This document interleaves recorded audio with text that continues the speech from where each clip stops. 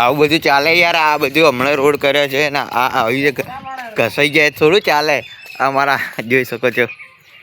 શું કહેવા માગો? બે શબ્દ આ ભરાઈ ગયું એના ઉપર. હા હવે અમારે હેડવું તો હેડવું ક્યાંથી? પાણી આવું ગંજવેડામાંથી જે અમને કોઈક રોગ બોગ થાય થોડું ચાલે હે? આ જો આ આંબેડા તળાવની બાજુમાં અમારા કેટલા સુધી પાણી ભરવાનું છે આપણે દેખવું પડશે ને. આ તો બધું સોશિયલ મીડિયામાં જશે. હા તમે જોઈ શકો છો.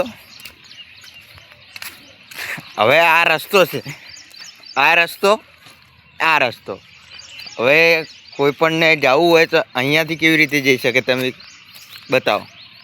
આ કોટ બોટ કર્યો હોત તો આ દાડા ના આવત, પણ એને કોઈ કરી જ ના. વિકાસ તો થવો જોઈએ. આંબેડા તળાવનો વિકાસ તો કરે જ ના કોઈ દાડો.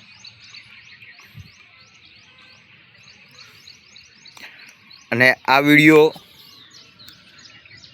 જિલ્લા પંચાયત સુધી જશે. જિલ્લા પંચાયત સુધીમાં આ વિડીયો નાખીશ અને આનો નિર્ણય કરાવીશ. આ અમારા સાબુતી છે, તમે જોઈશો. આ રહ્યા જોઈએ, તેમની ઘરની બાજુમાં છે.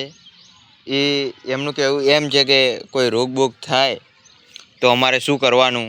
અમારા નાના કે બાળકો છે કે આવી ગંદકીનો જે રોગ થાય શું કરવાનું.